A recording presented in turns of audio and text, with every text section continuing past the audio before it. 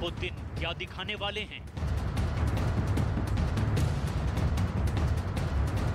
Putin क्या छुपाने वाले हैं? पुतिन का सबसे पावरफुल शो किस किस की धड़कन बढ़ाने वाला है? क्या पुतिन का मिसाइल वाला बड़ा ऑर्डर जल्द ही आने वाला है?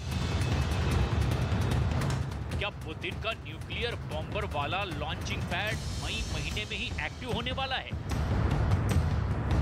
ऐसी बातें इसीलिए क्योंकि ब्रिटेन के रक्षा मंत्री ने ऐसी बात कह दी है कि पूरे यूरोप का परमाणु युद्ध और वर्ल्ड वॉर वाला डर सतह पर आ गया है। ब्रिटेन की मीडिया में ऐसी खबरें छाई हुई हैं कि पुतिन विश्व युद्ध का ऐलान करने वाले हैं। बस कुछ ही दिनों की बात है। ये बात ब्रिटेन के रक्षा मंत्री बेन वॉलेस के हवाले से की जा रही है और इन हेडलाइंस ने यूरोप में दहशत फैला दी है। पुतिन के पावरफुल शो में क्या होगा? वो क्या बोलेंगे? क्या पुतिन वाकई विश्व युद्ध को लेकर कुछ ऐसी बात कहने वाले हैं जिसका डर ब्रिटेन को सबसे पहले सताने लगा है? इससे पहले देखिए कि कीव से पीछे हटने के बाद रूस की फौज ने अचानक क्या कर दिया है। ये कीव की इमारतें हैं जहां आग लगी हुई है क्योंकि रूस ने यहां बमबारी की है। कीव में इस हमले की टाइमिंग को समझना बहुत जरूरी है। ज़ेलेंस्की और संयुक्त राष्ट्र के महासचिव एंटोनियो गुतेरेस की कीव में मुलाकात हुई। दोनों ने एक प्रेस कॉन्फ्रेंस की और ठीक 1 घंटे बाद कीव पर बमबारी शुरू हो गई। Це також символічно в цей момент генеральний секретар Організації Об'єднаних Націй знаходиться в місті Києві. Це йому привіт, так званий привіт, середній палець. जब कीव पर बमबारी हुई तब न्यूज 18 के संवाददाता जनक दवे ज्यादा दूर नहीं थे। उनकी रिपोर्ट बताएगी कि अचानक कीव पर कैसे कयामत बरसी। ग्राउंड जीरो से आपको मैं तस्वीरें दिखा रहा हूँ। यहाँ पर ये देखिए, जो ग्राउंड जीरो पे फर्स्ट और सेकंड फ्लोर था वो सीधे निशाने पर आया और उसके बाद एक के बाद उसका इम्पैक्ट कितना पावरफुल था यही आप देख सकते हैं। साथ में अभी भी दमकल की जो गाड़ियाँ हैं वो लगातार मलबा उठा रही है। यहाँ पर जो फायर और जो फायर की टीमें हैं वो यहाँ पर है। कैमरामैन पंकज से कहूँगा वो आगे मेरे साथ आए और देखिए बेहद नज़दीक से वो तस्वीरें दिखा रहा हूँ। यहाँ पर अंदर पूरी तरीके से इमारत को ध्वस्त करने की यहाँ से एक वैसे कहा भी जा रहा है कि आप थोड़े दूर रहें क्योंकि उसका बेस को सीधा उन्होंने निशाना बनाया। दरअसल जो जानकारी मिल रही है उसके मुताबिक 3 मिसाइल बैक टू बैक दागी गई थी, लेकिन रडार सिस्टम इतनी पावरफुल जिसमें 2 को रोकने में कामयाब हुए, लेकिन एक है जो रिहायशी इमारत है वहाँ पर आके गिरी। देखिए यहाँ पर अभी फायर दमकल और की गाड़ियाँ और बाकी जो रेस्क्यू टीमें हैं वो यहाँ पर हैं और जो पूरा है मलबा उसको यहाँ से उठा रहे हैं। साथ ही में पंकज मैं दिखाऊंगा दूसरी तरफ ये जो उसका इम्पैक्ट कितना है ये मैं दिखाना चाहूँगा। देखिए सामने जो आपको बिल्डिंग दिख रही है ये बिल्डिंग है, वो बिल्डिंग को भी नुकसान पहुंचा, यानी इम्पैक्ट कितना ज़बरदस्त होगा ये इससे अंदाज़ा लगाया जा सकता है। उसके आगे भी मैं आपको दिखाता हूँ तस्वीरें। ये इतना कि ये पास की बिल्डिंग तो है ही, लेकिन साथ ही में जो पास में अस्पताल था वो अस्पताल भी उसको नुकसान पहुँचा। ये पंकज आइए मुझे पीछे फॉलो कीजिए। देखिए ये तस्वीरें हैं। देखिए गाड़ियों को भी निशाना, चूंकि उसका जो मलबा था बिल्डिंग का वो ये कांच टूटे हुए हैं। यहाँ पर साथ में ये जो बिल्डिंग आप देख रहे हैं वो दरअसल अस्पताल है। यहाँ पर अस्पताल देखिए, आपको इक्विपमेंट भी दिख रहे हैं। पंकज जरा नज़दीक आइए, आप बताएं। ये देखिए ये जो आपको दिख रहे हैं बिल्डिंग के अंदर वो इक्विपमेंट है, मेडिकल इक्विपमेंट है। पूरी तरह से यहाँ जो मरीज थे उनको भी यहाँ से निकाला गया। टोटल जो जानकारी आ रही है बिल्डिंग के अंदर तकरीबन 10 लोग थे जो बुरी तरह जख्मी हुए और उसके अलावा जो बाकी लोग थे उनको तो निकाला ही गया था। ये देखिए ये जो हो ये एस्थेटिक एंड डेंटिस्ट्री, ये जो अस्पताल है आपको पूरी तरीके से तस्वीरें दिखा रहा हूँ। ये जो स्थिति है कीव में ये लगभग 8:30 के आसपास जिसको कहें यहाँ पर ये हमला हुआ। और हम पहली जो चैनल है जो ये तस्वीरें आपको भारतीय चैनल वो जो तस्वीरें आपको हम दर्शकों तक पहुँचा रहे हैं। कीव पर यह हमला पुतिन पर सवाल उठा रहा है, इसीलिए फिर समझिए कि इस हमले की टाइमिंग का क्या मतलब हो सकता है। 26 अप्रैल को संयुक्त राष्ट्र के महासचिव ने मॉस्को जाकर व्लादिमीर पुतिन से मुलाकात की थी और 28 अप्रैल को जब एंटोनियो गुतेरेस कीव में पहुंचे थे तब वहां बमबारी की जाती है। Одразу по завершенню наших перемовин в Києві у місто полетіли російські ракети. 5 ракет. І це багато що говорить про справжнє ставлення Росії до глобальних інституцій, про намагання російського керівництва. वैसे रूस के खिलाफ प्रोपेगेंडा बहुत तेजी से चल रहा है और मुमकिन है कि ये एक फॉल्स फ्लैग वाला अटैक हो, जैसा कि रूस कहता आया है। ज़ेलेंस्की को इस वक्त दुनिया का ध्यान चाहिए, हथियार चाहिए। ऐसे में मुमकिन है कि कोई इंटेलिजेंस एजेंसी ऐसी हरकत भी कर रही हो जो पुतिन और उनकी फौज को बदनाम कर सके। बुचा में पहले ऐसी खतरनाक कोशिशें हो चुकी है। There is no way a war can be acceptable in the 21st century.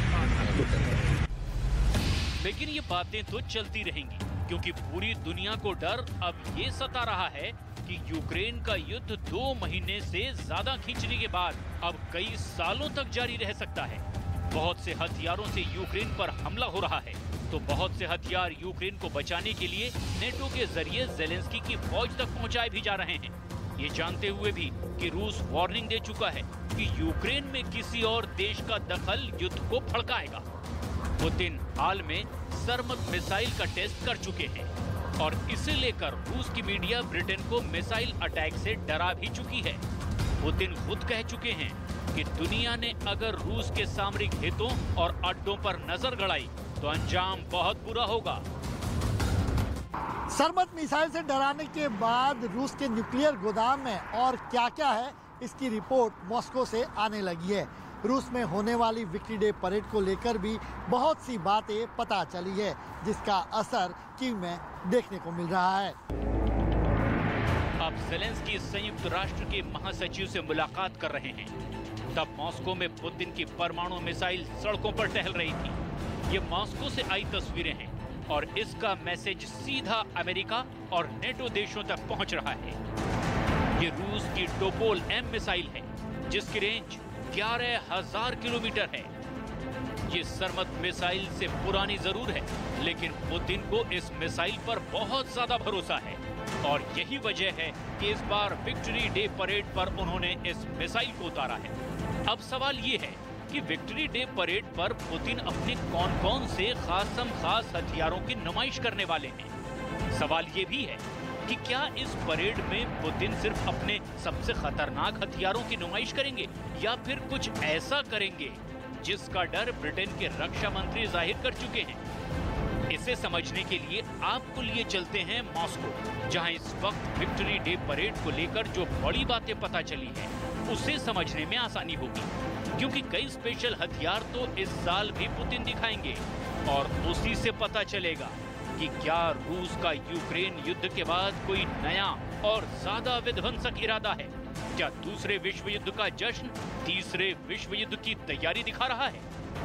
Moscow में होने वाली परेड में इस बार पुतिन की परमाणु मिसाइल भी है और न्यूक्लियर बम ड्रॉप करने वाले बड़े-बड़े बॉम्बर भी।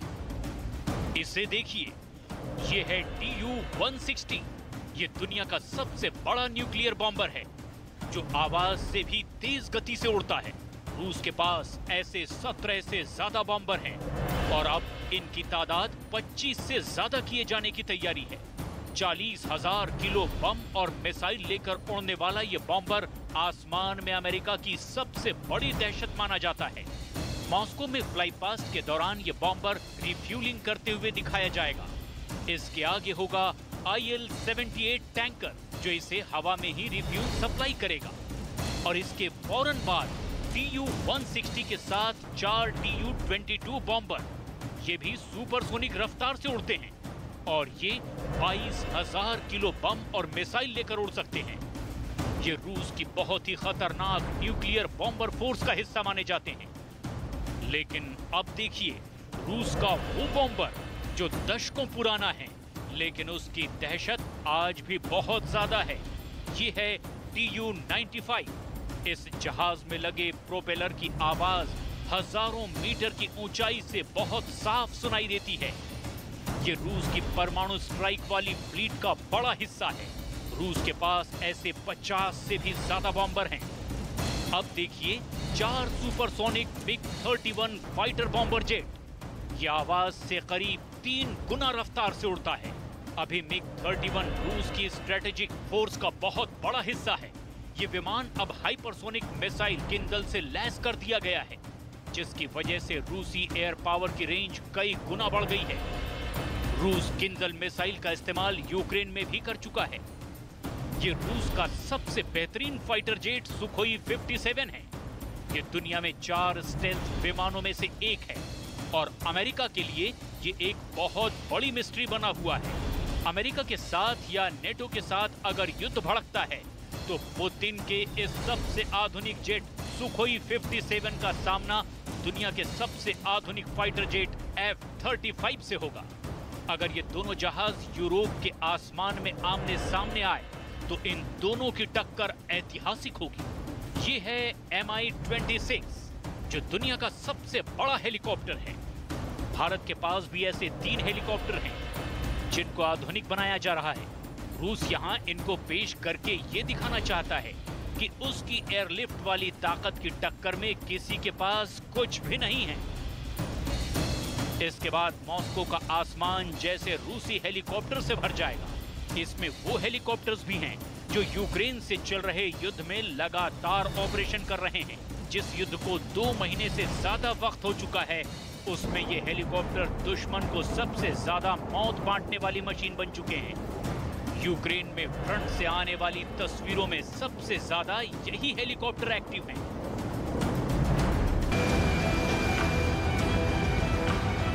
यूक्रेन के आसमान में सबसे ज्यादा इस वक्त यही मशीन गूंज रही है। कीव के बाद लुहांस्क और डोनेत्स्क रीजन में इनका कहर जारी है।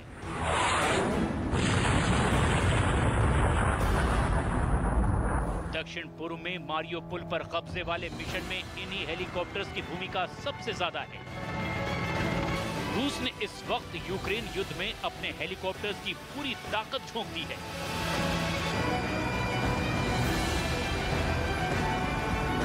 इनमें सबसे ज्यादा जिस हेलीकॉप्टर का इस्तेमाल किया गया है वो है कैमो 52 अटैक हेलीकॉप्टर। रूस के पास 100 से भी ज्यादा कैमो 52 हेलीकॉप्टर हैं। यूक्रेन में इस वक्त जितने भी मिलिट्री ऑपरेशन चल रहे हैं, जितने भी फ्रंट हैं, उनमें जमीन पर मौजूद फौज के साथ बहुत करीबी तालमेल की जरूरत है। जो गलतियां पुतिन और उनकी फौज ने कीव में दोहराई है, वो उन्हें डोनबास में नहीं करना चाहेंगे। इसीलिए रूस की फौज ने क्लोज एयर सपोर्ट में हेलीकॉप्टर की उड़ान तेज कर दी है। रूस की फौज डोनबास और उसके आसपास के इलाकों में लगातार हमला कर रही है, जहां पर यूक्रेन की सेना का कब्जा मजबूत है। यूक्रेन की सेना पिछले 8 सालों से यहां पर डटी हुई है। रूस को वक्त जरूर लग रहा है, लेकिन मारियोपोल की तरह एक एक इमारत को निशाना बना रहा है। फिलहाल डोनबास में सबसे ज्यादा एक्शन देखने को मिल रहा है। रूसी फौज को कवर देने के लिए कैमो 52 अटैक हेलीकॉप्टर की मदद लगातार ली जा रही है। यूक्रेन में सबसे ज्यादा यही रूसी अटैक हेलीकॉप्टर उड़ान भर रहे हैं। और इस वक्त की बड़ी खबर सामने आ रही है।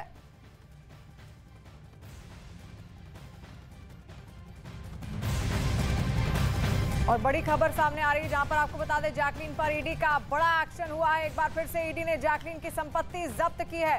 बड़ा एक्शन, जैकलीन फर्नांडिस की कई सारी संपत्तियां जब्त की गई है। 7 करोड़ की संपत्ति बताई जा रही है जो कि ईडी द्वारा जब्त की गई है, यानी कि बड़े एक्शन मोड में इस वक्त ईडी और ईडी ने जैकलीन की संपत्ति जब्त की है। इस वक्त की बड़ी खबर आप देख रहे हैं सीधे बॉलीवुड से, जहां पर जैकलीन की 7 करोड़ की संपत्ति ईडी द्वारा जब्त की गई है। जैकलीन पर ईडी का शिकंजा कसा एक बार फिर से। और बड़ी खबर हम आपको बता दें, जहां पर 7 करोड़ की संपत्ति बताई जा रही है जो कि ईडी द्वारा जब्त की गई है। तो जैकलीन फर्नांडिस पर ईडी का बड़ा एक्शन यहां पर लिया गया है, जहां पर जैकलीन फर्नांडिस की संपत्ति जब्त की गई है और 7 करोड़ की ये संपत्ति बताई जा रही है जो कि जब्त की गई है। इससे पहले भी लगातार कई बार विवादों में रह चुकी है जैकलीन फर्नांडिस, और ऐसे में एक बार फिर से ईडी का शिकंजा यहां पर कसता हुआ जैकलीन फर्नांडिस पे, जहां पर 7 करोड़ की संपत्ति बताई जा रही है जो कि ईडी द्वारा जब्त की गई है। इस वक्त की बड़ी खबर, सीधे बॉलीवुड की खबर इस वक्त आप देख रहे हैं, जहां पर जैकलीन फर्नांडिस पर बड़ा शिकंजा कसा है। ईडी द्वारा बड़ा एक्शन यहां पर लिया गया है और 7 करोड़ की संपत्ति बताई जा रही है जो कि जब्त की गई है। बॉलीवुड एक्ट्रेस जैकलीन फर्नांडिस की मुश्किलें अब बढ़ना तय है क्योंकि ईडी ने अपना शिकंजा इस वक्त कस दिया है और बड़ा एक्शन ईडी द्वारा लिया गया है। और इस वक्त अरुण तिवारी हमारे साथ जुड़ रहे हैं, हमारे संवाददाता। अरुण, और क्या डिटेल्स मिल पा रही है, क्या जानकारी? और जी देखिए, जो फिल्म अभिनेत्री है जैकलीन फर्नांडिस, उनकी 7 करोड़ 12 लाख रुपए की जो प्रॉपर्टी है उसको ईडी यानी प्रवर्तन निदेशालय ने सीज करा है, जब्त कर लिया है, जिसमें गिफ्ट्स और प्रॉपर्टी शामिल हैं। बता दें कि ये तमाम वो प्रॉपर्टी थी जिन पर आरोप लगा था कि ये सुकेश चंद्रशेखर, जो सबसे बड़ा महाठग है, तिहाड़ जेल के अंदर बंद है, उसके जरिए दिए गए जो गिफ्ट थे और जो पैसा था उससे प्रॉपर्टी बनाई